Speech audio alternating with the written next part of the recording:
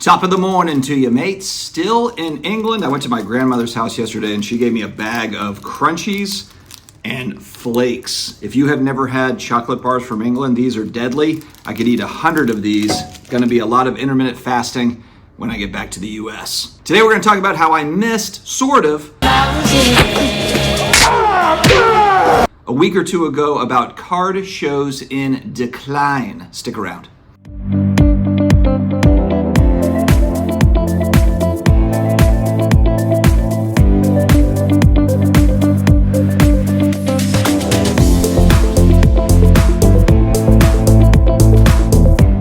What's going on, sports card hobby family? It is another day, another sports card video. Windy day here over in England, over across the pond. Heading into London today, gonna see some of the sights with the fam. Before I get started, we've got our shout outs, justcollect.com. If you've got a collection that you wanna sell, but you're not sure, how much can I get for it? What's the story? What are these cards worth? Go onto their easy appraisal form, justcollect.com, and Leighton Sheldon and the team will take care of you over there. Also, Leighton has a great Just Collect YouTube channel going through all the cards collections that he's picking up. Make sure to check out Just Collect. Guys, Card Capsule running a 30% off site-wide promo going on from now through Black Friday, 30% off. So if you have storage cases, top loaders, all the supplies you could possibly need, penny sleeves, all the stuff, go on to Card Capsule and they will take care of you over there. So on the back of Fanatics Events closing down their Orlando show, going back, a few weeks now, almost a few weeks, I kind of thought this was going to be something. I thought, look, if Fanatics is going to cut back on shows, then maybe there's a larger problem here, and maybe shows in general are kind of in the decline stages, and also just consolidation.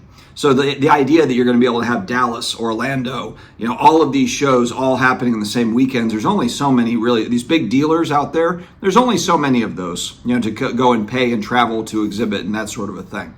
Orlando shut down. Of course, before that, the Pittsburgh show, the Fanatics event, shut down. And then they announced that really that Orlando show, instead of being postponed, there's really not a plan to do that at least to the first half of 2025.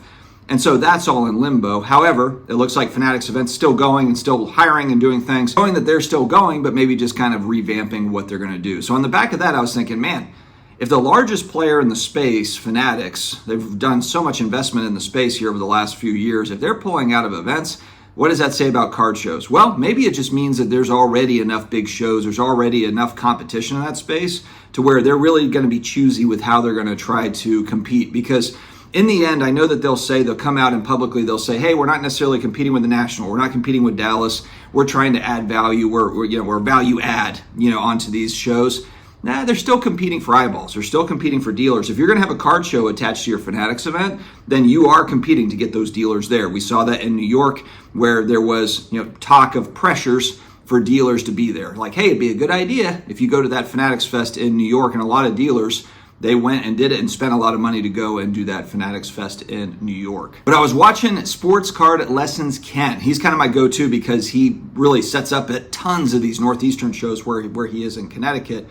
And he was talking about, now going back a few weeks when I made that video, he was talking about kind of similar thoughts of like, are there too many shows? It just feels like there's too many shows. There's a lot of pressure between different promoters in the area to do all these local shows. And so I was thinking, okay, well, Orlando's closing down. Ken's talking about how there's too many shows or just not enough bandwidth to be able to get to all these different shows where he is locally. Is this thing a part of a larger thing? But a recent video with Ken was talking with another guy about how they had a massive show there locally, and everything is just kind of buzzing along. And I've seen some other stuff about this as well. I know the last Dallas show was very busy. When Orlando had canceled, that Dallas show was slammed. So it doesn't look like there's necessarily consolidation yet. However, when I made a general statement, of course, when you make general statements, what's great about general statements is it really gets the conversation going because there's so much nuance to all of these topics.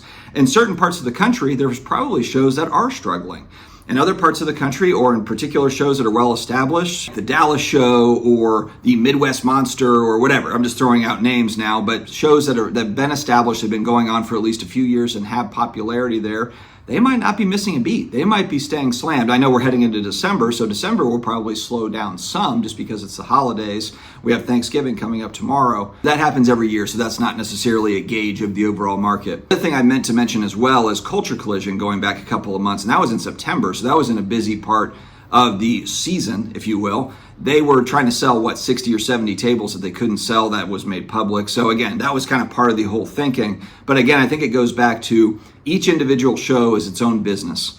And there is plenty of demand for shows. And so if you're putting on a good show, if you have good inventory there, the pricing is good, you've got, it's a good time, then it goes to show, pun intended, that people are going to show up. There's still a lot more collectors today, I believe anyway, I don't have numbers to back it up, than there were in 2021 during the boom in quotation marks. It was really more of a price boom, but there's feels like way more participants now than there was then. So, which is kind of a nice result, really, if you think about the unstable price movement upward, and then of course the crash down. The crash down really made a lot more things affordable, minus new products. Well, that's a whole nother video that we talk about quite a bit here, the new product stupidness, the pricing stupidness.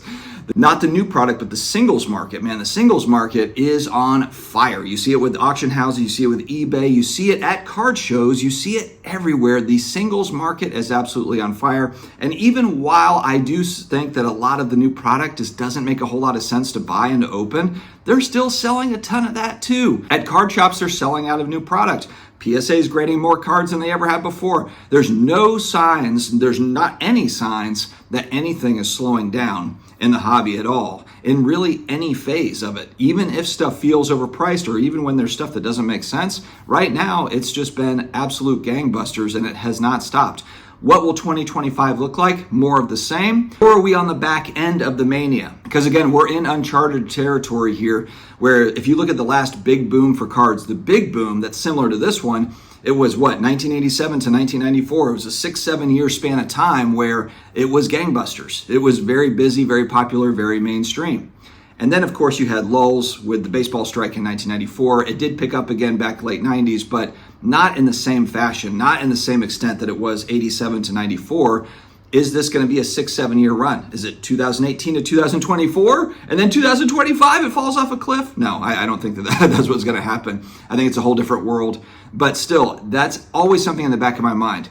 Will there continue to be this many participants, people that want to get in? And of course, I have comments on my videos, and I know other people do as well. There's conversation, a lot of people getting out as well. They have a bad experience, they get out. Or they don't necessarily have a bad experience, but they get into cards, it's a nostalgic thing. They get into it for 6 months and then they move out of it. And that's perfectly normal too with any particular hobby in quotation marks. And so will this continue as we go into 2025? Do you see 2025 being as really robust as it was in 2024? The hobby overall has been booming in 2024. Will it continue? Let me know, my friends, in the comments below. Stay healthy, stay awesome, and I will talk to you again later.